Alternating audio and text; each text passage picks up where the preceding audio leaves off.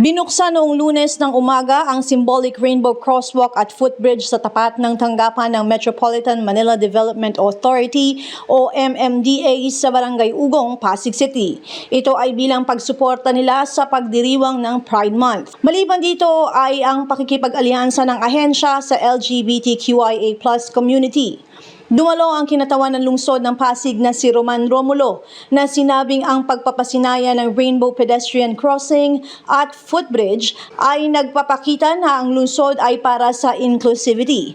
Dinaluhan din ang kapitan ng Barangay Ugong na si Gloria Cruz, Pangulo ng Valley Verde 3 Homeowners Association na si Alma Horn at mga opisyal ng MMDA ang ribbon cutting ceremony. Ayon kay MMDA Acting Chairman Attorney Don Artes, ang rainbow-painted crosswalk at footbridge ay isang simbolo na kabilang ang sektor ng LGBTQIA at kanilang pinapahalagahan ang kaligtasan ng mga ito. Idinagdag pa niya na sa MMDA walang diskriminasyon. Binibigyang diin ng chairman na ang LGBTQIA+ ay dapat tanggapin sa lipunan upang mapuksa ang stigma at labanan ang diskriminasyon at hindi pagkakapantay-pantay. Well, meron po tayong Gender and Development Committee at sila po yung nag-isip nito bilang suporta po sa Pride Month.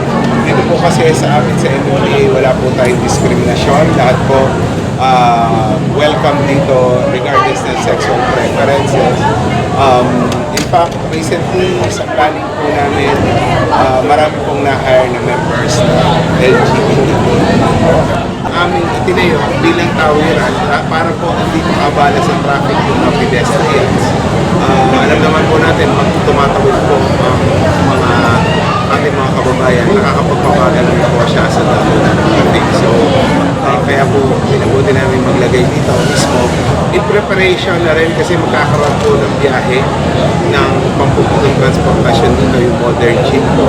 Naiikot mula Arcopia, Tendesitas dito po sa MMDA, papunta po ng Robinson's Galleria. So, yan po ay magagamit ng marami nating kababayan. Hindi lamang po yung empleyado ng MMDA, pati na rin yung nag-transact ng business dito sa amin at doon sa malapit na establishment. MMDA funded po. Marami naman po tayong mga projects na ipinatutupad. Marami po tayong seminars about gender equality, respect for women, yung ating po mga seminars especially sa anti-sex harassment. So, simulan mo lang po ito at marami pa po tayong mga konkreto pang mga proyekto na ilulunsad through our Gender and Development Committee po natin.